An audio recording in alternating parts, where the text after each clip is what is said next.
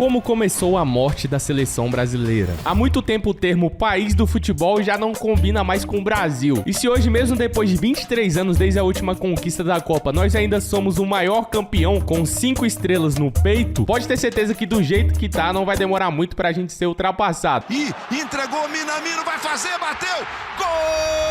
Tem a Alemanha aí que já tá com 4 Copas, a Argentina que tá com 3, mas é favorita na próxima, né? Pode ser que ganhe a próxima e já vai ficar com 4 também. E o Brasil, pelas últimas atuações, nem tem esperança de ser campeão de Copa, né, mano? Afinal, um time que acabou de tomar 3-2 pro Japão, tomou um 4-1 pra Argentina recentemente e um 4-2 pra Senegal há um tempo atrás, dá indícios de... Parabéns, você tá certo. A gente sempre foi o maior criador de talentos individuais e o nosso jogo sempre foi baseado nisso. Em 58 ganhamos a Copa com Didi, em 62 com Garrincha e Pelé, em 70 com Pelé e Jairzinho, apesar de ter um jogo bastante coletivo, em 94 Romário e Bebeto e em 2002 com Ronaldo, Rivaldo e Ronaldinho. Durante toda a existência do futebol, nós tivemos várias filosofias de jogo. O pessoal fala, o tic-tac. Não, sempre existiu uma filosofia que dominou durante certa época. Teve o Catenaccio, que começou com os italianos em 1950, depois tivemos o futebol total, que originou na Holanda com o Ajax, e na seleção holandesa, que consistia em troca de posição atacando e defendendo. Todas essas filosofias anteriormente davam vantagem muito maior para quem tivesse jogadores mais talentosos na equipe, sabe? Então você desequilibrava ali o jogo com o Ronaldinho, com o Ronaldo Fenômeno, apesar de que o craque sempre vai ser desequilibrante, mas naquela época ele era mais ainda. Até que chegamos ao tic-tac. A Espanha começou a dominar e ganhar tudo, tanto por clubes como o Barcelona, quanto pela seleção espanhola, que ganhou a Euro e a Copa de 2010. A Europa viu que o jogo coletivo poderia suprir a falta de talentos individuais que eram mais presentes aqui pro lado do Brasil, né, rapaziada? E com a dominação da Espanha nítida, a Alemanha teve a primeira escola a descobrir como parar e neutralizar o tic-tac. A prova disso foi o 7-0 no placar agregado da semi da Champions de 2012/13, sofrido pelo Barcelona pro Bayern de Munique. O Bayern de Munique falou,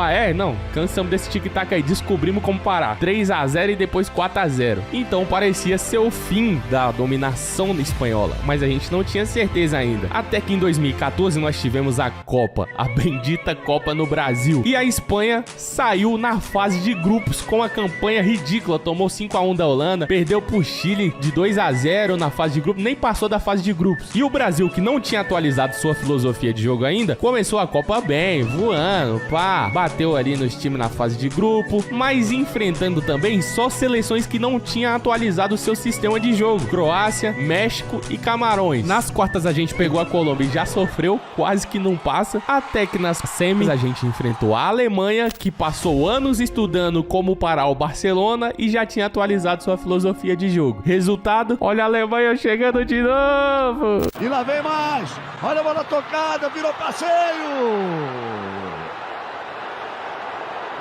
Gol da Alemanha! Se você, assim como eu, achou que o 7-1 representava a morte do futebol brasileiro, depois que eu vi o Aboubakar, atacante de Camarões, dizer que ninguém mais tem medo da seleção brasileira em 2022, eu falei, não, já foi. O respeito não existe mais. Vamos aceitar. Antes eu pensava, não, pessoal, ninguém respeita mais. On gagne toujours. Aujourd'hui, chacun voulait montrer de ce qu'il est capable et c'est ça. E o Aboubakar não só falou que ninguém respeitava mais a seleção, como também meteu o gol na seleção em plena Copa do Mundo. Aí bateu o choque em nós brasileiros, né? Eu pensei, rapaziada, quem viu, viu. Quem não viu, pode chorar já. A seleção, mesmo com jogadores que brilham no futebol mundial, não consegue ter um futebol no mínimo assistível. Porque não surgem mais grandes craques como Ronaldo, Ronaldinho. Eu confesso que aqui nesse canal eu sempre defendi a esperança na seleção ser campeã. E eu ainda tenho, não sei se eu sou bem. Eu fui tentar achar uma resposta no mínimo aceitável pra essa patifaria e comecei a ir na raiz do problema, lá na base, quando o moleque chega com 6 anos e se apresenta pro futebol. Primeiro, a população brasileira só aumenta, não diminui o número de natalidades. Então assim, irmão, não tem justificativo pra não nascer mais craque. Que falou, não, agora não vai ter craque nenhum mais, teve um vírus aí que não nasce mais craque. Não é isso, irmão. Com certeza tem um moleque de talento absurdo, quem sabe um novo Ronaldo, um novo Neymar perdido por aí. Só que assim como 98% 90% dos brasileiros, a chance maior é desse moleque ser pobre, né? Antigamente os olheiros iam às ruas e se vissem um moleque jogando muito, chamavam pra fazer um teste nos clubes. Uma prova disso é que o Cristiano Ronaldo foi descoberto assim, então isso não era uma coisa só no Brasil, não. Na Europa também. O Cristiano Ronaldo tava jogando bola na rua, o olheiro do esporte falou, vai ter um teste lá, vamos lá fazer o teste. E aí surge Cristiano Ronaldo. Por que a gente não tem mais camisa 10, irmão? Porque a Europa quer ponta, pô. O sistema de jogo lá é o quê? Cara alto, forte, brigador e rápido. Então, camisa 10, extinto. O cara tá botando volante na zaga agora, mano. O City lá com Stones, o Guardiola botava o Stones como zagueiro, mano. Aí o que fica na lateral do Brasil é o que sobra. É o que sobra. É só você olhar as nossas laterais de 2018 pra cá. Depois de Marcelo Daniel Alves, não teve mais ninguém bom. Ninguém. Mas o problema do Brasil tá muito longe de estar só dentro de campo, tem muita coisa, sabe? Então, conclusãozinha aqui, nós temos uma seleção que sempre fabricou talentos naturais e jogava pelo talentos individuais. Quando o jogo mudou, não se atualizou e se perdeu. Não acompanhou o desenvolvimento do esporte no sentido de táticas e estratégias. Uma prova disso é o Jorge Jesus chegar aqui em 2019 e ganhar tudo e o Flamengo ser muito acima dos outros. Mas é porque os outros times estavam desatualizados. O Abel Ferreira ganhou tudo com o Palmeiras, o Luiz Castro que deixou o Botafogo destruindo todo mundo, o Arthur Jorge que veio na temporada seguinte e ganhou tudo com o Botafogo, o Vojvoda no Fortaleza que fez um trabalho absurdo.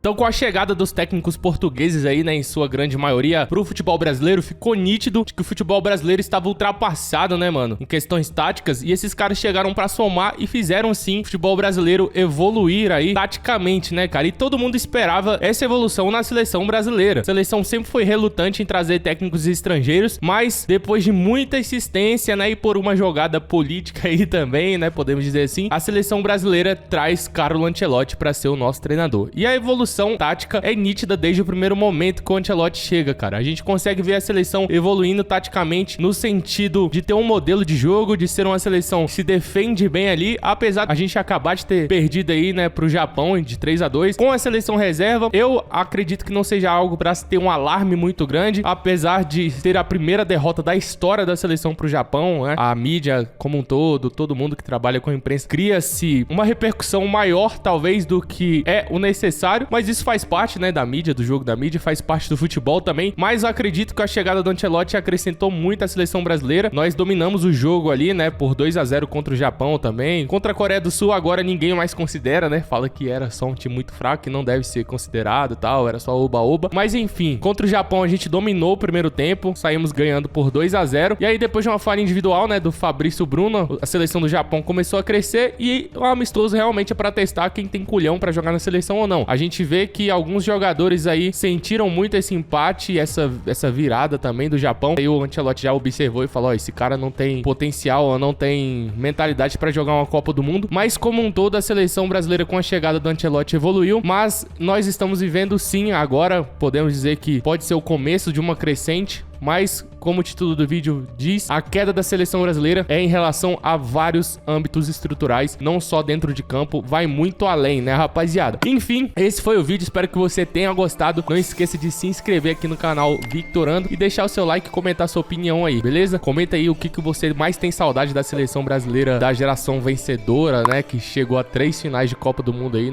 na penúltima geração, né? Ou mais, mas não tem mais gerações aí. Mas enfim, comenta aí sua opinião e muito obrigado por assistir até aqui, por estar sempre se acompanhando aqui o canal Victorando. E é isso, valeu, fui!